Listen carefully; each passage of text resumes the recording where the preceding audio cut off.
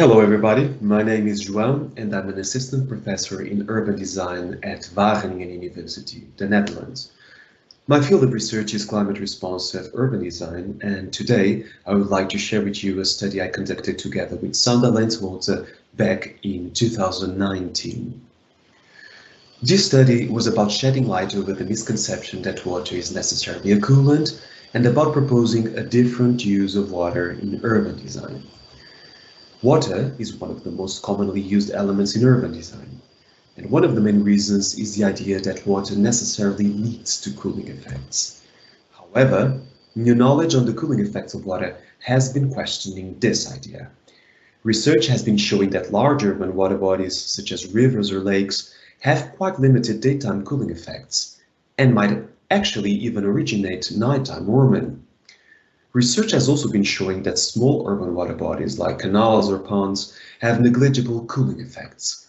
These can be as low as 0.5 degrees Celsius for air temperature in the thin air layer adjacent to the water surface. Of course, this is dependent on many factors and more research is needed on the topic. But the point is that the cooling effects of water should not be taken for granted.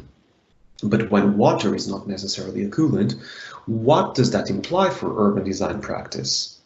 To address this question, I will present the NEWMARK project, as it provided a real-life lab to new knowledge on the cooling effects of water and therefore upon a different approach to designing urban water bodies. The NEWMARK project redesigned and daylighted the River Mark in Breda, the Netherlands. Creating cooler microclimates along the river was one of the objectives of the project. To that end, the municipality of Breda assigned Wageningen University to develop evidence-based design tools that the design team could use to improve the climate responsiveness of their design proposal.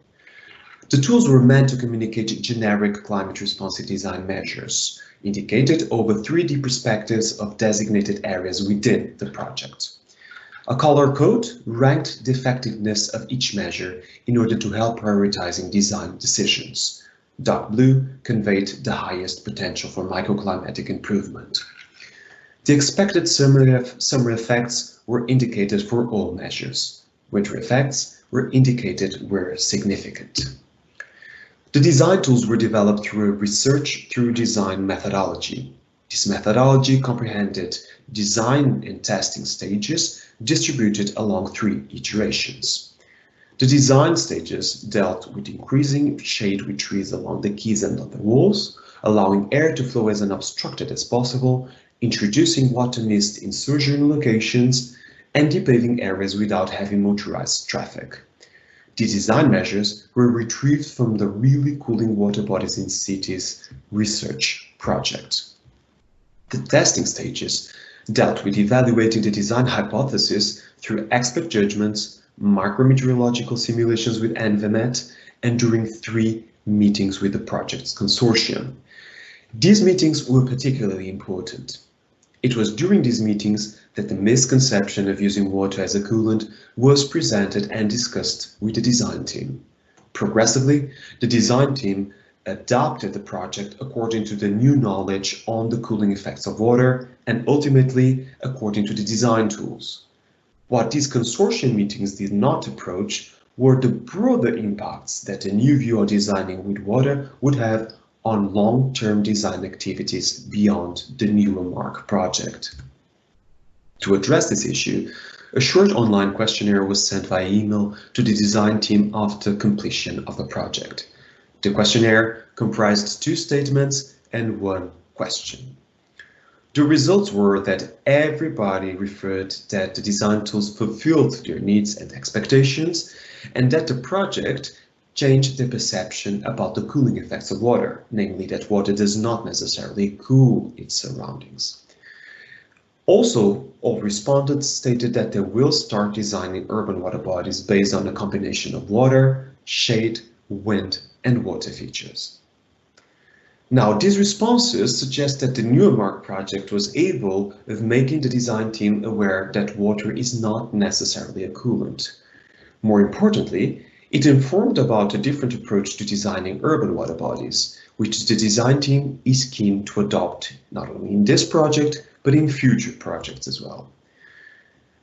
Based on this study, the likely long-term implications that such change of mindset can have to the employment of water in urban design are: firstly, water bodies and features will keep being employed, but the decision to do so will no longer be made under the assumption that water necessarily leads to cooling effects. Secondly, the mindset of landscape designers dealing with water-related projects will be widened from the water body itself to the whole environment where that water body is inserted, for example, an urban canyon. Thirdly, the designing of these urban water environments will be holistic. It will combine water body, shade, natural ventilation, and water vaporization in ways to be specified by each project. Fourthly, this holistic design will count on more and better transdisciplinary practices, bringing urban design closer together to fields as architecture, built heritage, or hydraulic engineering, for instance. Last but not least, aesthetical, recreational, and symbolic considerations often made around the use of water will not be excluded from this new mindset. All in one, our message is that water is not necessarily a coolant. Urban design has actually the chance to rethink its approach to urban water bodies, namely in a more holistic way by combining water body, shade, wind, and water vaporization. When water does not cool down, urban water environments designed under this frame are likely to. I hope you found these ideas interesting, that you found them useful, and I look forward to discussing them with you. Thank you.